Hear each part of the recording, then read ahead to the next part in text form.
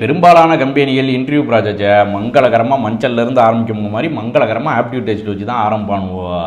இந்த ஆப்டியூட்லாம் நீங்கள் பிளேஸ்மெண்ட்டுக்காண்டியும் ப்ரிப்பேர் பண்ணால் 3வது வருஷத்துலேருந்தே ஃப்ரெண்ட்ஸ் கூட உட்காந்து அப்படியே ஜாலியாக ப்ரிப்பேர் பண்ண ஆரம்பிச்சுக்கிடுங்க.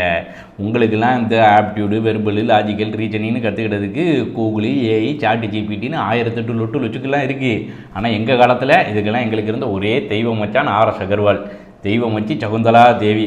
90 ஆப்டியூடு போட்டு பிளேஸ் ஆன நாங்கள்லாம் அவள் கையை காலாக நினச்சி தொட்டு கும்பிடுவோம்னா பார்த்துக்கிடுங்க. ஆனால் அந்த கணக்கு விஷயத்தில் எனக்கு கணக்கு வராது, மயிறு வராது அப்படின்னு புலம்பிக்கிட்டே இருக்காமல் தினைக்கு 1 மணி நேரம் உட்காந்து போட்டு பார்த்தோன்னா ஆப்டியூடு கணக்கு கண்டிப்பாக வரும். சித்திரமும் கைப்பழக்கம் ஆப்டியூடு கணக்கு போடுறதும் மனப்பழக்கம்னு ஔவையார் சும்மாவா சொன்னாங்க? ஐ நீ ஒரு நாள் ஃபுல்லாக உட்காந்து ஆப்டியூடாக கணக்காக போட்டோன்னா மண்டை இந்த சைனா செட்டு கொரியன் செட்டு மாதிரி சூடாயிடும். அதனால் நீ என்ன பண்ணி தினைக்கும் ஒரு 1/2 மணி நேரத்துக்கு ஆப்டியூடு கணக்கு, ஒரு 10-15 நிமிஷத்துக்கு வெர்பல், ஒரு கொஞ்சம் நேரத்துக்கு லாஜிக்கல் ரீசனிங்னு பிரித்து கலந்து கட்டி ப்ரிப்பேர் பண்ணி வச்சானா எந்த கம்பெனி இன்டர்வியூ கூப்பிடுதானா அதுக்கு ஏற்றாப்புல கடைசி 5-10 நாளில் நீ கஸ்டமைஸ்டாக சிறப்பாக ப்ரிப்பேர் பண்ணிக்கிடலாம். ஆக மொத்தம் இந்த ஆப்டியூட் விஷயத்தில் எனக்கு கணக்கு வரல மயிறு வரலன்னு அழுதுகிட்டே இருக்காமல் உழுதுகிட்டே இரு, கண்டிப்பாக ஏதாட்டும் ஒன்று முளைக்கும்.